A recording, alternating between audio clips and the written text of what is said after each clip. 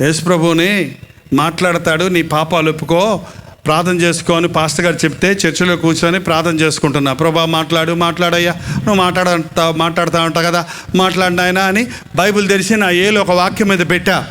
నాకు కరెక్ట్గా ఏ వాక్యం మీద నా కన్ను పడిందంటే, నిన్ను చూడగా నీవు బొత్తిగా చెడిపోయి ఉంటివి. ఓబద్యా గ్రంథంలో ఉంది ఆ మాట. ఓబద్యా ఒక అధ్యాయం ఉంటుంది బైబిల్లో. అప్పటికి బైబిల్ నాకు తెలీదు, బైబిల్ చదవలేదు అప్పుడే యేసుప్రభు దగ్గరికి వస్తున్నా. ఒక 2 నెల అయింది. అప్పుడు కరెక్ట్గా ఆడ పెడితే దేవుడు కరెక్ట్గా మాట్లాడాడు. నిన్ను చూడగా నీవు బొత్తిగా చెడిపోయి ఉంటివి. అమ్మయ్య మాట్లాడాడు. బైబిల్ మూసేసి బైబిల్ సంఖ్యలో పెట్టుకొని వెళ్ళిపోతుంటే ఆ పాస్టర్ గారు, ఏం బాబు దేవుడు మాట్లాడేదాకా ప్రార్థన చేస్తున్నావు కదా, మాట్లాడా అంటే మాట్లాడాడండి అన్నాను. మరి వెళ్ళిపోతున్నావేంటి? అదే మాట్లాడాడు, వెళ్ళిపోతున్నాను. ఏం మాట్లాడాడు? నేను బొత్తిగా చెడిపోయినట్టండి, ఇంక చెడిపోయినండి, ఇంక అలాగే చెడిపోతాను, ఇంకేం చేయమంటారు, అందుకే వెళ్ళిపోతున్నాను అన్నట్టు. ఏంటండి? ఇంక చెడిపోయాను అలాగే చెడిపోతాను, ఇంక నేను సినిమాలు, సిగరెట్లు, ఈ లోకం, పాపం, ఇంకేం చేస్తాం, అందుకని వెళ్ళిపోతున్నాను అన్నాడు. ఆ పాస్టర్ గారు ఒక మాట అన్నాడు. అప్పుడు కోపం వచ్చింది, కానీ ఇప్పుడు అర్థమవుతుంది, బుద్ధి లేనాడా అన్నాడు. ఏంటండి, మీరు డాక్టర్ గారి దగ్గరికి వెళ్తాం అనుకో, డాక్టర్ గారు నిన్ను పరిశీలించి నీకు క్యాన్సర్ ఉంది అని చెప్పారనుకో, సరేనండి అయ్యా వస్తాను అయ్యగారు అని వెళ్ళిపోతావా? క్యాన్సరా? అయ్య బాబోయ్ ఏం చేయాలి అయ్యగారు? అయ్య బాబోయ్ ఎంత ఖర్చు అయినా పర్వాలేదు అయిపోయారు. అయ్య బాబోయ్ ఏం టెస్టులు చెప్పండి అయ్యగారు, ఏం మందులు చేయండి అయిపోయారు అయ్యారు బతికించండి అయ్యగారు, నాకు బయటపడే మార్గం చెప్పండి అయ్యగారు అంటావా లేదా? అంటావా? థ్యాంక్స్ డాక్టర్ గారు, అయితే వస్తాను, క్యాన్సర్ కదా చచ్చిపోతాను, నేను పోతున్నాను అని వెళ్ళిపోతారా? వెళ్ళిపో కదా.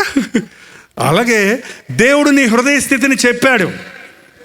నువ్వు దేవుని దగ్గర నీ హృదయ స్థితిని ఒప్పుకో.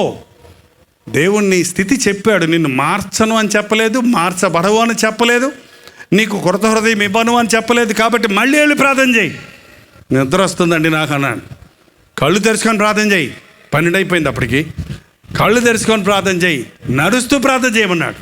ఆలయంలో కాకినాడలో నేను ఒక్కడనే ఉన్నాను. ఈ మూల నుంచి ఆ మూలకి వరకు నడుస్తూ.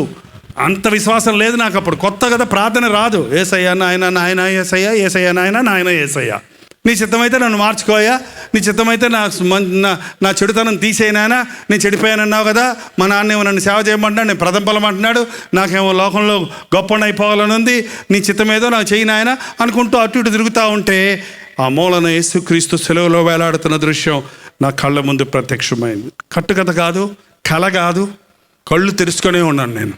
తలక్కున సిలువ దృశ్యం నా ముందు ప్రత్యక్షమైంది. అందుకే కల్వరి అంటే నాకు ఇష్టం. ఆ 1977 సంవత్సరం ఫిబ్రవరి 15వ తారీఖు, ఆ రోజు నేను మర్చిపోలేను. ఆ రోజు నా బండ గుండె బద్దలయ్యింది, నేను మోకాళ్ళ మీద పడిపోయాను. ఆ రాత్రి కన్నీటితో తెల్లవారి 8:30 దాకా నా పాపాలన్నీ ఒప్పుకుంటూ ప్రార్థన చేస్తూనే ఉన్నాను. తెల్లవారి కళ్ళు తెరిచేటప్పటికి నాకేంటో ఆకాశానికి భూమికి ఎవరో రంగులు వేసినట్టు, చెట్లన్నిటికీ ఎవరో రంగులు వేసినట్లు, రోడ్లన్నిటికీ ఏదో పెయింట్ వేసినట్టు, ఎంతో పక్షులన్నీ ఎంతో ఉన్నట్టు, నేను సైకిల్ ఎక్కి తొక్కుని మా ఇంటికి వెళ్తుంటే సైకిల్ మీద తొక్కుతుంటే ఎంతో ఆకాశంలో వెళ్ళిపోతున్నట్టు రాకెట్లాగా ఒక తేలికైన అనుభవం. అదే రక్షణానందం అంటారు. అది అనుభవిస్తే కానీ తెలుస్తుంది, కానీ చెబితే వివరించరు. ఈ రోజున ఎవరు రక్షణ సాక్ష్యాలు చెప్పడం లేదండి. మైకు పట్టుకున్నారంటే అద్భుతాలు, ఆశ్చర్యాలని ఏంటేంటో చెబుతున్నారు, కానీ నా పాపముల నుండి యేసుప్రభు నన్ను విడిపించాడు, నేను వ్యభిచారిగా ఉన్నాను, ఈ రోజున పరిశుద్ధపరచబడ్డాను, నేను తాగుబోతుగా ఉన్నాను, ఈ రోజు నేను విడిచిపెట్టాను. ఒకవేళ చెప్తారు, ఇప్పుడు అయ్యగారు ప్రార్థన చేయగానే నా తాగుడు విడిచిపెట్టేశాను హల్లెలూయా అంటాడు. అంతే. ఎప్పుడు విడిచిపెట్టాడు? కోటంలో విడిచిపెట్టాడు. ఇంటికి వెళ్ళిన వెంటనే ఒకవేళ ఈ రాత్రి నిద్ర వచ్చి పడుకుంటాడు, తెల్లారిన వెంటనే మళ్ళీ సారాయి దుకాణమే. ఏంటంటే చాలామంది తాగుబోతులు చెప్తుంటారు, మానేశానండి అయ్యగారు. ఎప్పటి నుంచి మానావు? ఇవాళ నుంచి మానాను అంటాడు. మళ్ళీ 4 రోజులకు అడిగితే ఎప్పటి నుంచి మానావు? ఇవాళ నుంచి మానాడు. ఇదేంటి? ఏంటండి? నిజమైన రక్షణ ఒక్కసారి మారు మనసు పొందితే నీ స్వభావం మారిపోద్ది. కాబట్టి నువ్వు ఎంతగా ప్రేమించిన పాపమైనది, వ్యభిచారమైన, త్రాగుడైన, జూదమైన, కోపమైన, ద్వేషమైన, అసూయైన, పాతాదాము స్వభావం ఏదైనా, నీవు క్రీస్తు రక్తంలో కడగబడినప్పుడు నూతనమైన స్వభావాన్ని నీవు కలిగి ఉంటావు. ఒక్కసారి ఆలోచన చేయండి. మీరు నిజంగా మారు మనసు పొందారా? మీరు శోధనలో పడిపోయి ఉన్నారా? శోధన జయించుచూ ముందుకు సాగుతున్నారా? ప్రతిరోజు శోధన జయిస్తూ ముందుకు సాగాలి. ఏమంటే క్రైస్తవ జీవితం కూడా అంతే. అనుదినము ఒక్కొక్క శోధన మనం జయించుకుంటూ వెళ్ళినప్పుడే పరిపూర్ణులమవుతాం, పరిశుద్ధులమవుతాం. ఈ రోజున ఎక్కడో ఒక చోట పడిపోయి ఉన్నారు. 10th క్లాస్ 10 సంవత్సరాలు చదివే వాళ్ళు ఉన్నారు. అలాగే కొంతమంది విశ్వాసుల పరిస్థితి ఎక్కడొద్దంటే, నేను అన్నీ జయించానండి, ఇది ఒక్కటి మానలేకపోతున్నాను అన్నాడు ఒక ఆయన. ఏంటయ్యా అదంటే సిగరెట్ అంట. ఎంత ఉంటుందంటే 6 అంగుళాలు ఉంటుంది. 6 అంగుళాలు సిగరెట్టు 6 అడుగుల మనిషికి ముక్కుకు బట్టి ప్రభుత్వం వారు ధూమపానం చేయకూడదు అని చెప్పినా, ఎన్ని చట్టాలు తెచ్చినా, బాత్రూంలోకి వెళ్ళన్నా తాగాల్సిందే. టైం అయిందంటే మనతో మాట్లాడుతున్నట్టే మాయమవుతాడు. గుప్పున 2 గుప్పులు లాక్కొని వచ్చి మళ్ళీ కూర్చుంటాడు. ఇక్కడ ఎవరన్నా పొగ త్రాగేవారు ఉంటే దయచేసి ఈ రోజున మీ దేహము దేవుని ఆలయమై ఉన్నదని, ఎవడైనా దేవుని ఆలయాన్ని పాడు చేస్తే నేను వాడిని పాడు చేస్తాను అన్న ప్రభువు మాటలు జ్ఞాపకం చేసుకోండి. ఒక దైవజనుడు అన్నాడు, తినటానికి నోరు ఇచ్చాడు, వినటానికి చెవులు ఇచ్చాడు, చూస్తానికి కళ్ళు ఇచ్చాడు, వాసన చూడటానికి ముక్కు ఇచ్చాడు. పొగ త్రాగడం కూడా మనుషుడికి అవసరమైతే నెత్తి మీద చిమ్నీ ఇచ్చేవాడంట. ఇక్కడి నుంచి తాగుతుంటే ఇక్కడ గుప్పు అని రైలు ఇంజిన్ పోతుంది. అది మనుషుడికి అవసరం లేదు. అసలు పొగ తాగినోడికి పొగ ఇల్లు లోపల ఉంటుందా? మాట్లాడేంటండి, లోపల ఇటు తిరిగి ఎక్కడి నుంచి వస్తుంది, మళ్ళీ ముక్కులోంచి చెవులోంచి బయటకు వచ్చేస్తుంది. అది లోపల పట్టదో, అది ఇమడదో. నువ్వు మంచిలు తాగావనుకో మళ్ళీ ముక్కులోంచి చెవులోంచి కారిపోద్దా? మళ్ళీ అన్నం తిన్నావనుకో ముక్కులోంచి చెవులు మెతుకులు పడిపోతాయా? అవన్నీ మనకు అవసరం, కానీ పొగ త్రాగటం అవసరం లేదు. కానీ ఈ రోజున అనేకులు పొగ త్రాగడానికి, ఆ పొగ త్రాగేది ఇప్పుడు మానేసి పాన్ పరాక్ అంట, హాల్స్ అంట, ఏంటో పేరు హాన్స్ అంట, అదేదో పొగాకు ప్రోడక్ట్స్ తోటి నోట్లో పెట్టుకొని ఎంతమంది ఈ రోజున అల్సర్స్ తెచ్చుకుంటున్నారు, క్యాన్సర్స్ తెచ్చుకుంటున్నారు. నీ దేహాన్ని నువ్వు పాడు చేస్తున్నప్పుడు దేవుడు నిన్ను విడిచిపెట్టేస్తున్నాడు. నీ రక్తం చెడిపోతుంది, నీ ఆరోగ్యం చెడిపోతుంది.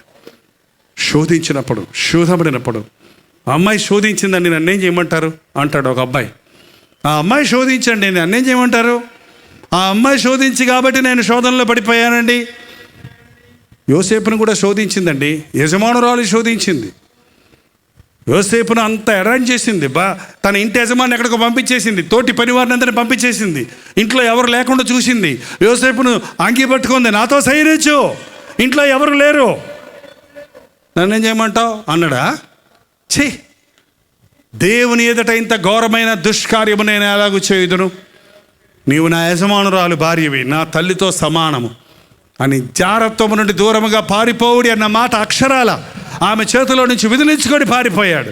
వాళ్ళ పాపమును విడిచి పారిపోయే వారి కంటే పాపము వైపు పరిగెత్తే వాళ్ళు ఎక్కువ మంది ఉన్నారు. యవనుడా, యవన సహోదరి, నీ కన్యత్వము ఎంత విలువైనదో, నీ పరిశుద్ధత, నీ దేహము ఎంత పరిశుద్ధమైనదో నీవు గుర్తించిన రోజు నీవు ధన్యుడవుతావు. నీ బలమును అన్య స్త్రీలకు ఇవ్వద్దు. నీ శరీరాన్ని వేశ్యలతో అపవిత్రపరచుకోవద్దు. ఒక ఊరిలో మీటింగ్ జరుగుతుంటే 2 ఆజానుబాహులు, చాలా ఎత్తైన మనుషులు, చాలా మర్యాదస్తుల్లా కనబడుతున్నారు. వారు కన్నీటితో వచ్చి ప్రార్థనకు వచ్చి నా దగ్గర నిలబడ్డారు. అయ్యో మీతో పర్సనల్గా మాట్లాడాలి, ఒక చిన్న మాట అంటే పక్క తీసుకెళ్ళి ఏంటని అడిగితే, మేమిద్దరము అన్నదమ్ములమండి, మా ఇంట్లో మేమిద్దరం ప్రభువుని నమ్ముకున్నాం, మా ఇద్దరికి సరైనటువంటి ప్రభువుని నమ్ముకున్న వాళ్ళు దొరకలేదని మేము వివాహాలు చేసుకోలేదు, మా వివాహాల విషయం ఎవరు పట్టించుకోలేదు, అయినప్పటికీ మేము నిక్కచ్చిగా బతికాం, మా యవ్వన కాలం అంతా నిక్కచ్చిగా బతికాం. ఇప్పుడు మాకు ఇంచుమించు 57-58 సంవత్సరాలు వయసు వచ్చింది. ఇప్పటి వరకు మేము ఏ స్త్రీని ముట్టలేదు. మొన్న మా అన్న వాళ్ళ ఫ్రెండ్ ఎవరో బలవంతం చేస్తే ఒక వేశ్య దగ్గరికి వెళ్ళాడండి, ఒక్కసారి వెళ్ళాడండి. మొన్న టెస్ట్కి వెళ్తే మా అన్నకు ఎయిడ్స్ ఉందని డయాగ్నోస్ చేశారండి. మేము తలెత్తుకోలేకపోతున్నాం, ఎక్కడ చెప్పుకోలేకపోతున్నాం. కుమిలిపోతున్నాడు మా అన్న, ఆయన చూసి నేను కుమిలిపోతున్నాను. మాకు దిక్కుందా, మాకు గతి ఉందా? ఒక్కసారి ఇన్ని సంవత్సరాలు జాగ్రత్తగా ఉన్నాం, ఈ చిన్న శోధనకి లోటిచ్చి అందులో పడిపోయాడు. దానివల్ల జీవితకాలం అంతా, భవిష్యత్ అంతా ఒక పక్క సాంఘికంగా, ఒక పక్క శారీరకంగా, ఒక పక్క మానసికంగా కృంగిపోతున్నాం. ఎంతమంది వేశ్య ఇల్లు లోతైన గొయ్యి, పరస్త్రీ ఇరుకైన గుంట, దాని ఇంటి మెట్టులు పాతాళానికి మార్గమని దేవుని వాక్యం సెలవిస్తుంది కదా. ఎంతమంది ఈ రోజున, ఒకప్పుడు ముంబై లాంటి పట్టణాల్లో ఉండేవారండి, అమెరికా లాంటి దేశాల్లో ఉండేవారు. ఇవాళ మన భారతదేశంలో పల్లెటూర్లకు వెళితే ఎంతమంది ఎయిడ్స్ రోగులని చెప్తూ వస్తున్నారు. ఒక భార్య భర్తలు ప్రసంగం అయినంటనే అందరికంటే ముందు లైన్లోకి వచ్చారు, కన్నీటితో నిలబడి ఉన్నారు. ఏంటయ్యా, కొత్తగా పెళ్ళయిందండి, మాకు 8 నెలలు అయిందండి పెళ్ళయ్యి, మరి ఏమైంది, ఎందుకు ఏడుస్తున్నారు? పెళ్ళైన దగ్గర నుంచి మేము పరీక్షించుకుంటే మాకిద్దరికి ఎయిడ్స్ ఉందని తెలిసిందండి. ఎలా వచ్చిందో తెలియదు కానీ యవ్వన దంపతులు ఇద్దరికి ఎయిడ్స్ అని కుమిలిపోతూ ఏడుస్తూ ఉన్నారు. మీరు పశ్చాత్తాపడండి, మీ పాపములు ఒప్పుకోనండి. మిమ్మల్ని తప్పించగలిగిన నమ్మదగిన దేవుడు ఉన్నాడు. మీకోసం నేను ప్రార్థన చేస్తాను, మీరు ప్రార్థన చెయ్యండి అని చెప్పాను. ఈ రోజున అనేక మంది ఎయిడ్స్ రోగిగ్రస్తుల్ని కూడా ప్రభువు స్వస్థపరుస్తున్నాడు. వారు పశ్చాత్తాపడి వారి పాపాలు ఒప్పుకున్నప్పుడు, క్రీస్తు రక్తంలో కడగబడినప్పుడు, వాళ్ళు మళ్ళీ రీటెస్ట్కి వెళ్ళినప్పుడు వాళ్ళ రక్తంలో ఎటువంటి దోషం లేదని డాక్టర్లు సర్టిఫికేట్ ఇవ్వడం అనేది నిజంగా జరుగుతుంది. ఇంకొక అమ్మాయి వచ్చింది ఏడుస్తూ, నాకు పెళ్ళయిందండి, నాకు గర్భవతిని అయ్యాను, టెస్ట్కి వెళ్ళాను. టెస్ట్కి వెళ్తే నాకు ఎయిడ్స్ ఉందని చెప్పారు. మా అమ్మ నాన్న వదిలేసి వెళ్ళిపోయారు, అత్తమామలు వదిలేసి వెళ్ళారు, నా భర్తను వదిలేసి వెళ్ళిపోయాడు, నా కడుపులో బిడ్డ ఉంది, నాకు ఈ రోగం ఉంది, నేను చచ్చిపోదాం అనుకుంటున్నాను అని కన్నీటితో ఏడుస్తుంటే భయంకరమైన వేదన, బాధ కలిగింది. ఎవరి వలన ఎందువలన చిన్న శోధనలో పడ్డప్పుడు, ఒక్క అల్పకాల పాప భోగమునకు చోటిచ్చినప్పుడు ఎంత భయంకరమైన వ్యాధులకు ఈ రోజున యవ్వనస్తులు, కుటుంబీకులు, అమాయకమైన భార్యకు ఒక పురుషుడు తను ఇష్టం వచ్చినట్టు జీవించి తన అపవిత్రతను అంటించుకొని రోగాలు తెచ్చి తన భార్యకు కట్టుకున్న భార్యకు అంటించి కుటుంబం అంతటిని వేదన పాలు చేస్తున్నాడు. పుట్టిన బిడ్డలకు వేదన తీసుకొస్తున్నారు. ఎంతోమంది చిన్న బిడ్డలను తీసుకొస్తుంటారు నా దగ్గర. అయ్యా 2 బిడ్డలకి ఎయిడ్స్ ఉందని చెప్పారయ్యా అంటే, ఆ బిడ్డల ముఖం చూస్తే ఎందుకు ఈ తల్లిదండ్రుల దోషం ఈ బిడ్డల మీదకి ఎందుకు అనుమతించావయ్యా అని వేదన కలుగుతూ ఉంది. ఈ రోజున ఎంత చులకనగా మీరు ఎంచుతున్నారు. శోధనలో పడకండి అంటే, పాపంలో పడకండి అంటే, అల్పకాల అట్రాక్షన్స్కి, అల్పకాల శోధనలకు, స్నేహితుల ప్రభావానికి, పరిస్థితుల ప్రభావానికి లొంగొద్దు. జాగ్రత్తము నుండి దూరముగా పారిపో. మనుష్యుడు చేయు ప్రతి పాపము దేహమునకు వెలుపట ఉన్నది కానీ జాగ్రత్తము చేయువాడు తన సొంత శరీరమునకు హానికరంగా పాపము చేయుచున్నాడు.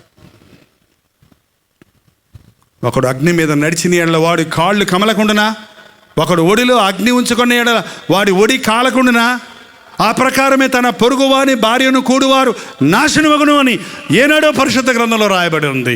కానీ ఈ రోజున క్రైస్తవ పేర్లు పెట్టుకున్న వారు కూడా వ్యభిచారపు జీవితాలు జీవించటం, ఎవరికీ తెలియదు అనుకునటం, ఏదో రోజు పాపంలో పట్టబడి దోషాలతో కృంగిపోయి కన్నీటితో రోధించటం చూస్తూ ఉన్నాం. అట్టివారు ఎవరైనా ఈ స్థలంలో ఉంటే నిన్ను విడిపించడానికి దావీదన్నాడు, జగటగల దొంగ ఊబిలో నుండి నన్ను ఆయన పైకి లేపాడు, బండ మీద నా పాదాలు స్థిరపరిచాడు అన్న ప్రభు నిన్ను స్థిరపరచడానికి, నీ శోధనలో నుండి నేను తప్పించి నిన్ను రక్షించడానికి ప్రభు సిద్ధంగా ఉన్నాడు. ఇది శోధనకరమైన లోకం, ఇది శోధనకరమైన శరీరం. సాతాను శోధకుడైన సాతాను లోకాధికారిగా ఉన్నాడు కాబట్టి ఏదో రీతిగా యేసు కొరకు బ్రతకాలన్న అనుకున్న వాడిని సాతాను శోధిస్తూనే ఉంటాడు. కానీ శోధన జయించువాడు ధన్యుడు.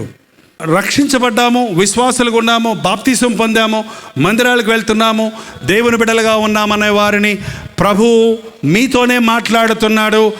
నిలుచున్నానని అనుకునే నీవు పడిపోకుండా జాగ్రత్తగా చూచుకో. ఎందుకంటే ప్రభువు త్వరలో రాబోతూ ఉన్నాడు. లూకాసు వార్త 21:34. మీ హృదయం ఒకవేళ తిండి వలనను, మత్తు వలనను, ఐహిక విచారముల వలనను మందముగా ఉన్నందున ఆ దినము అకస్మాత్తుగా మీ మీదకు విరివచ్చినట్లు రాకుండా మీ విషయమే మీరు జాగ్రత్తగా ఉండుడి. ఆ దినము భూమి అందంతటా నివసించు వారందరి మీదికి అకస్మాత్తుగా వచ్చును. కాబట్టి మీరు జరగబో వీటినెల్లా తప్పించుకొని మనుష్య కుమారుని ఎదుట నిలువబడుటకు శక్తి గలవారగునట్లు ఎల్లప్పుడూ ప్రార్థన చేయుచు మెలకువగా ఉండుడి. మీరు మత్తు వలన, తిండి వలన, ఐహిక విచారముల వలన మందముగా ఉన్నందున, యేసు ప్రభువుని నమ్ముకున్న వారలారా, క్రైస్తవులారా అంటే నాకు ఇష్టం లేదు. క్రైస్తవుడు అనే మాటకి అర్థం లేదు ఈ రోజున. అదొక కులమో మతమో అనుకుంటున్నారు మనుషులు. యేసును బోలే జీవించేవాడు క్రైస్తవుడు. మళ్ళీ ఇందులో నిజ క్రైస్తవులు, నామకార్థ క్రైస్తవులు, బోళీ క్రైస్తవులు, చచ్చిన క్రైస్తవులు, బతికిన క్రైస్తవులు, ఇంకా మన దేశంలో చెప్పుకుంటారు కమ్మ క్రైస్తవులు, నాయుడు క్రైస్తవులు అని కులం వెనకాల తోకలాగా పెట్టుకుంటారు. అక్కర్లా, యేసు ప్రభువుని నమ్మినవాడు క్రైస్తవుడు. ఇందులో నిజ అబద్ధం అనేది లేదు. యేసు ప్రభు నిజంగా నమ్మేవాడు, యేసు ప్రభులా జీవించేవాడు మాత్రమే క్రైస్తవుడు. ఓరక పేరు పెట్టుకున్న మొలనే దేవుడు అన్నాడు, మీ నిమిత్తమే కదా అన్ని జనుల మధ్య నా నామము దూషణ పాలవుతుందని. ఈ రోజున యేసు ప్రభు నమ్మేను అనుకున్నవారు మత్తుగా ఉన్నారంట, మందంగా ఉన్నారంట. మొన్న తిన్న పాము ఉంటుంది చూడండి, బురద పాము ఎట్టుంటుంది అది? ఫుల్గా మట్టి తింటుందండి, పొట్ట నిండా పొడిచినా ఎట్ట పడుకుంటుంది, మళ్ళీ ఇట్టు పొడిస్తే ఎట్ట పడుకుంటుంది. అంతే కదా. ఎన్ని ప్రసంగాలు విన్నా, ఎన్ని గద్దింపులు విన్నా, ఎన్ని వాక్యాలు విన్నా, సరే లేలోయ ఇంకా అది కావాలంటే ఇది ఒక్కడు చెబుతారు. ఎందుకదండి, మత్తుగున్నారు. అందులో కొంతమంది క్రైస్తవులకి నిజంగా దేవుణ్ణి నమ్ముకున్న వాళ్ళకండి నేను మళ్ళీ చెప్తున్నాను వినండి, ఆరోగ్యం ఉంటుంది, ఆశీర్వాదం ఉంటుంది, ఐశ్వర్యం ఉంటుంది, సమాధానం ఉంటుంది, బిడ్డలు దీవించబడతారు, భార్యాభర్తలు సంతోషంగా ఉంటారు, ఏ బాధ లేకుండా హాయిగా ఉంటారు. హాయిగా ఉన్నప్పుడు ఏమైపోతామంటే మనం మందంగా అయిపోతాం. మందంగా అయినప్పుడు దేవుడు ఒక శోధన అనుమతిస్తాడు, ఒక పరిశోధన మనకు జరిగిస్తాడు. ఈ రోజున అనేక మంది నేను గమనించి చూచాను, ఎవరైతే ఎక్కువ దేవుడి చేత ప్రేమించబడ్డారో, ఎవరైతే ఎక్కువ దేవుడి చేత దీవించబడ్డారో, ఎవరైతే ఎక్కువ దేవుడి చేత ఆశీర్వదించబడ్డారో వారు ఎక్కువ దేవుడిని ప్రేమించడం లేదు, దేవుడి కోసం ఎక్కువ పరుగులెత్తడం లేదు. కొత్తగా ప్రభువుని నమ్ముకున్న వాళ్ళు, బాధల్లో నుంచి బయటపడ్డ వాళ్ళు, వేదనలో నుంచి బయటపడ్డ వాళ్ళు, రకరకాలుగా తమ జీవితాన్ని వ్యర్థం చేసుకొని నిజదేవుడైన క్రీస్తుని కనుగొన్నప్పుడు పాపం కొరకు నేను ఎంత కష్టపడ్డానయ్యా, ఎంత శ్రమపడ్డానయ్యా, నా యేసయ్య కోసం ఎంత శ్రమపడ్డా నాకు నష్టం లేదని వాళ్ళు అలుపు సొలుపు లేకుండా ప్రభు కోసం ప్రయాసపడుతున్నారు. నీ తాత ముత్తాతల నుంచి దేవుని బిడ్డలుగా ఉంటే, మీ అమ్మ నాన్న ప్రార్థన చేస్తే నీకు ఆశీర్వాదాలు వస్తే నీకేం అర్థం కావటం లేదు, నీకేమీ లోకంలో పోరాటాలు లేవు. కాబట్టే సాతాను నిన్ను శోధించడానికి సిద్ధంగా ఉన్నాడు. మత్తులో ఉండకండి, మెలకువగా ఉండండి. పక్కనలో తట్టుతట్టి మెలకువగా ఉండండి అని చెప్పండి. ఈ రోజు నుంచి మీ ఇంట్లో ఎన్నిసార్లు వీలైతే అన్నిసార్లు జాగ్రత్తగా ఉందాం. అమ్మ జాగ్రత్తగా ఉందాం, నాన్న జాగ్రత్తగా ఉందాం, పాప జాగ్రత్తగా ఉందాం, బాబు జాగ్రత్తగా ఉందాం అనే మాట వాడండి. మీకు అది ఎంతో మేలు చేస్తుంది.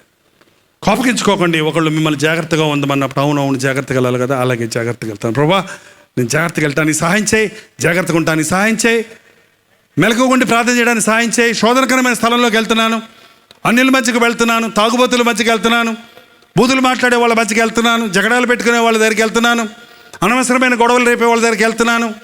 నాయనా నాకు జాగ్రత్తగా ఉండడానికి సహాయం చేయి. వాళ్ళతో పాటు నోరిచ్చి నేను నా నోటిని పాడు చేసుకోకుండా, వాళ్ళతో కలిసిపోయి నా బ్రతుకుని పాడు చేసుకోకుండా, నా శరీరాన్ని అపవిత్రపరచుకోకుండా నాకు సహాయం చేయి అని ప్రార్థన చేయడం నేర్చుకోండి. మెలకువగా ఉండండి, లేకపోతే ఆ దినము ఉరి వచ్చినట్లు వస్తుందట. ఏ దినమో? ప్రభువు రాకడ దినము. ఎప్పుడు వస్తాడు ఆయన? 1920వ సంవత్సరం వస్తాడంటే ఇవాళ మనం నిద్రపోవచ్చు. ఆయన ఎప్పుడు వస్తాడో ఎవ్వరికీ తెలియదు. ఆయన వస్తాడని మాలాంటి పాస్టర్లు ప్రసంగాలు మీరు విని ఇంకేం వస్తాడులే, ఎప్పుడు వస్తాడులే, వీళ్ళందరూ ఇట్టగా చెప్తారులే అని మనం చాలామంది నిర్లక్ష్యం అయిపోతున్నాం. కానీ ఆ రోజు ఎవ్వరికీ తెలియదంట. ఆ గడియనను, ఆ గడియ, దట్ సెకండ్ ఎంతసేపు వస్తాడు అనుకున్నారు? ఆయన కనురెప్ప పాటులో వస్తాడు. ఆయన నువ్వు ఇక్కడ మూసి తెరిచేటప్పటికి ఆయన రావటం, ఆయన కొరకు సిద్ధంగా ఉన్నవారు ఎత్తబడటం జరుగుతుంది, మిగిలిన వారు విడిచిపెట్టబడతారు. కాబట్టి రక్షించబడ్డ మనం అంతం వరకు సహించువాడే రక్షించబడతాడు. మరణము వరకు నమ్మకం ఉండుము, నేను నీకు జీవకిరీటము ఇస్తానన్నాడు. ఈ రాత్రి నేను ఇప్పటికే శోధనలో పడిపోయానండి. నా బ్రతికంతా కూడా గందరగోళంగా ఉంది, రోగాలతో నిండిపోయాను, అప్పుల వలయంలో చిక్కుపడి ఉన్నాను, రకరకాల జగడాలతో, మనస్మర్ధలతో నా కుటుంబం విచ్ఛిన్నమైపోయింది. నా జీవితంలో గురి లేదు, జీవితంలో ఆశీర్వాదం లేదు. ఎంత చదువుదామన్నా, ఎంత చదివినా నా బుర్రకెక్కడం లేదు. ఎన్నిసార్లు ఎగ్జామ్ రాసినా నేను పాస్ అవటం లేదు. ఎన్ని ఇంటర్వ్యూస్కి వెళ్ళినా నేను సెలెక్ట్ అవటం లేదు. నా జీవితం ఏంటో నాకు అర్థం కావట్లేదు. అసలు ఎందుకు దేవుడు నన్ను చేశాడు, ఏం ప్రయోజనం దేవుడిని నమ్ముకొని అని నాలో విరక్తి వచ్చేస్తుంది. చచ్చిపోదాం అనుకుంటున్నాను. ఎవరో నా చెవులో చచ్చిపో చచ్చిపో చచ్చిపో అని చెప్తున్నారు. చాలామంది చెప్తారు నాకు వచ్చి, ఎవరో చెప్తున్నారంటే చచ్చిపో ఇంకెందుకు నువ్వు, వేస్ట్ వేస్ట్ వేస్ట్ వేస్ట్. మనుషులందరూ నిన్ను విడిచిపెట్టినా దేవుడు నిన్ను విడిచిపెట్టడు. నీ సొంత వారు, నీ కన్నవారు విడిచిపెట్టేస్తున్నారండి ఇది రోజున. కన్న తల్లిదండ్రులు బిడ్డలను విడిచిపెట్టడం చూస్తున్నాను. కన్న బిడ్డలు ఆస్తుల కోసం కన్న తల్లిదండ్రులు చంపడం గురించి మనం వింటూనే ఉన్నాం. ఇంత దౌర్భాగ్యమైన లోకంలో యేసయ్య బిడ్డలుగా మనం బ్రతకాలంటే, సమాధానంతో బ్రతకాలంటే, సంతోషంతో బ్రతకాలంటే, పరిశుద్ధంగా బ్రతకాలంటే, పరలోక రాజ్య వారసులుగా ఈ లోకంలో ఆయన సాక్షులుగా జీవించాలంటే, ప్రతి శోధనను ప్రతిరోజు జయించడానికి దేవుడిచ్చే సహాయాన్ని, మార్గాన్ని మనం కనుగొనాలి. ఆ మార్గం నీ మోకాళ్ళ మీద ఉన్నప్పుడు, నిన్ను విడిపించగలిగిన ప్రభు వైపు నీ కన్నులెత్తి మొరపెట్టినప్పుడు నిన్ను విడిపించడానికి దేవుడు సమర్థుడిగా ఉన్నాడు. బైబిల్లో ఎన్నో ఉదాహరణలు ఉన్నాయి. ఎటు తోచని పరిస్థితుల్లో, ఎవరు సహాయం చేయలేని పరిస్థితుల్లో ప్రభు వైపు తిరిగినప్పుడు విడిపించబడిన వారి సాక్ష్యాలు కోకొలలుగా ఉన్నాయి. ఈ లోకంలో యేసు ప్రభు నమ్ముకున్న తర్వాత రకరకాల శోధనల ద్వారా వెళుతున్నప్పటికీ పరిశుద్ధులుగా, క్రీస్తు సాక్షులుగా జీవించే అనేక మంది భక్తులు, విశ్వాసులు ఈనాడు ఉన్నారు. నీవు కూడా వారిలో ఒకడిగా, పరిశుద్ధుడిగా జీవించాలని ప్రభు కోరుతున్నాడు. ఒక 18 సంవత్సరాల యవనస్తుడిగా యేసు ప్రభు నేను వెంబడించి 30 సంవత్సరాల వరకు ఒక బ్యాచిలర్గా ఉన్నాను. ఎన్నో శోధనలు, అన్ని విధములుగా సాతాను నన్ను శోధించినప్పటికీ నా దేహాన్ని దేవునికి యాగంగా అర్పించుకోవడానికి, ఆయన సాక్షిగా నిలబడడానికి కృప చూపించాడు. ఆయన నామాన్ని మహిమపరచడానికి, కుటుంబంతో నా యేసయ్యని వెంబడించడం అంత సులభం కాదు. ఇంట్లో ఇద్దరు కలిసి ఉండడమే కష్టం. నా 3 కుమారులు, నాకు దేవుడిచ్చిన 3 కుమార్తెలు, మేమందరం కలిసి దేవుని రాజ్యం కొరకు ఏక మనసుతో పరిగెత్తడం అనేది ప్రతి పూట ఒక శోధనే, ప్రతిసారి ఒక పోరాటమే. అయినప్పటికీ నా ప్రభు మా పక్షంలో ఉండి మమ్మల్ని అందరినీ ఆయన ప్రేమతో కట్టి ఆయన సాక్షులుగా బ్రతకడానికి దేవుడు సహాయం చేస్తున్నాడు. నిన్ను కూడా, నీ కుటుంబాన్ని కూడా, నీ బిడ్డలను కూడా దేవుడు దీవించాలని, దేవుడు నీ శోధనల నుండి నిన్ను తప్పించాలని, నీ శోధన జయించువాడిగా నేను ఉండాలని, పరిశుద్ధుడిగా ఈ లోకానికి ఒక సాక్షిగా బ్రతకాలని, క్రీస్తు రక్తములో కడగబడిన ప్రతి ఒక్కరిని ఆ రీతిగా చేయాలని దేవుడు ఆశిస్తున్నాడు. ఈ రాత్రి దేవుడు మిమ్మల్ని మీరు పడి ఉన్న గుంటలో నుండి, శోధన గుంటలో నుండి, మీరు శోధనలో పడి పాడైపోయిన పరిస్థితిలో ఉన్న, మునిగిపోయిన పరిస్థితిలో ఉన్న మిమ్మల్ని లేవనెత్తడానికి, మిమ్మల్ని తప్పించడానికి ప్రభువు మన మధ్య ఉన్నాడు. దయచేసి నమ్మండి. మీరు ఎటువంటి శోధనల్లో ఉన్నారో, అది ఆర్థిక ఇబ్బందులైనా, శరీర రోగాలైనా, కుటుంబ సమస్యలైనా, భార్యాభర్తల మధ్య ఉన్న పోరాటాలైనా, బిడ్డల ద్వారా పడుతున్న వేదనైనా, కుటుంబంలో ఉన్న కలహాలైనా, భయంకరమైన రోగాలైనా, ఇంతే నా స్థితి అనుకోవద్దు. యేసు క్రీస్తు రక్తము కడగలేని పాపము ప్రపంచంలో ఏది లేదు. ఎంత పాపినైనా ఆయన క్షమించగలిగిన వాడిగా ఉన్నాడు. కాబట్టి ప్రతి ఒక్కరిని ఆయన నిలబెట్టాలని, పడిపోయిన వారిని లేవనెత్తేవాడు ఆయన, కృంగిన వారిని లేవనెత్తేవాడు ఆయన, ఆయన సాక్షులుగా నిలబెట్టేవాడు. పడిపోయి ఉన్న వారులారా, ఈరోజు దేవుని కొరకు మీరు నిలబడాలని, ఆయన సాక్షులుగా జీవించాలని ప్రభువు కోరుకుంటున్నాడు. దయచేసి అందరం లేచి నిలబడదాం. పరిశుద్ధాత్ముడు నిన్ను స్పందించే సమయం. మనం దేవుని సన్నిధిలో నిలబడి ఒక తీర్మానం చేసుకుందాం. నిజమేనయ్యా, శోధనల్లో ఉన్నాను. ఒక్క శోధన కాదు, అన్ని రకాలైన శోధనల్లో నన్ను చుట్టుముట్టి ఉన్నాయ్యా. మనసుకు సమాధానం లేదు, కుటుంబంలో ఐక్యత లేదు, ఆర్థిక ఇబ్బందుల్లో ఉన్నాను, అప్పుల్లో పడిపోయి ఉన్నాను, మోసపోయి నష్టపోయి ఉన్నాను. అయ్యా, నాకు విడుదల కావాలి.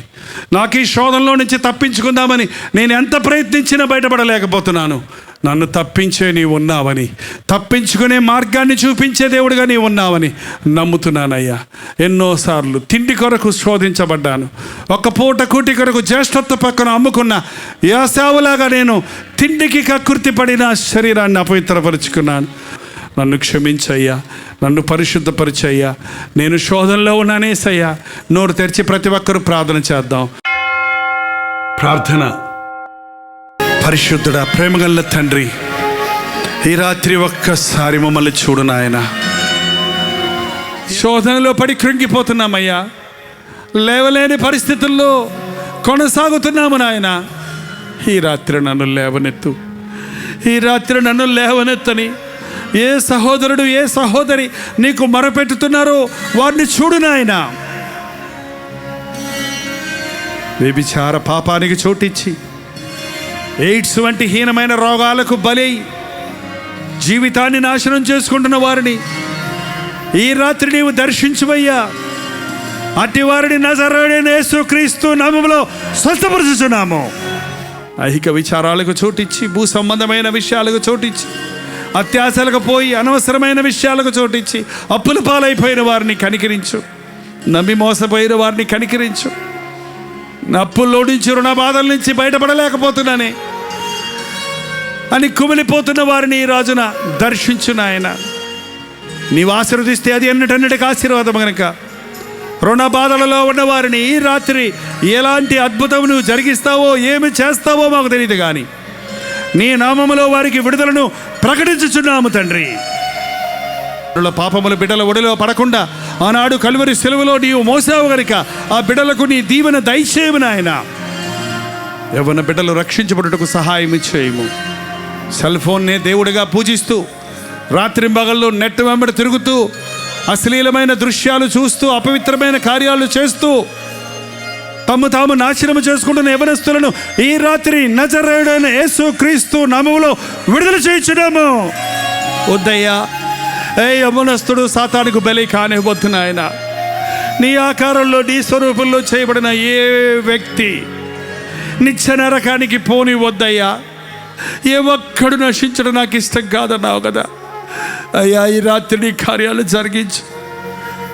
నిర్లక్ష్యంగా మేమున్నందున, మత్తులో మేమున్నందున, అజాగ్రత్తగా మేమున్నందున నీ రాకడ మా మీదకు ఉరి వచ్చినట్లు రాకుండానట్లుగా మెలకువగా ఉండి ప్రార్థన చేయుటకు మాకు సహాయం చేయము.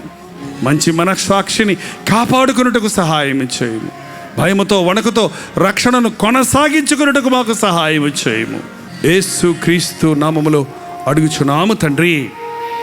మన తండ్రి అయిన దేవుని యొక్క ప్రేమయు, కుమారుడైన క్రీస్తు యొక్క కృపయు, ఆదరణకర్త అయిన పరిశుద్ధాత్మ యొక్క సహవాసమును కూడి వచ్చిన మనందరికీ చేతులెత్తి ప్రభువుకు సమర్పించుకున్న మీకును ఇప్పుడును సదాకాలమును తోడై ఉండును గాక.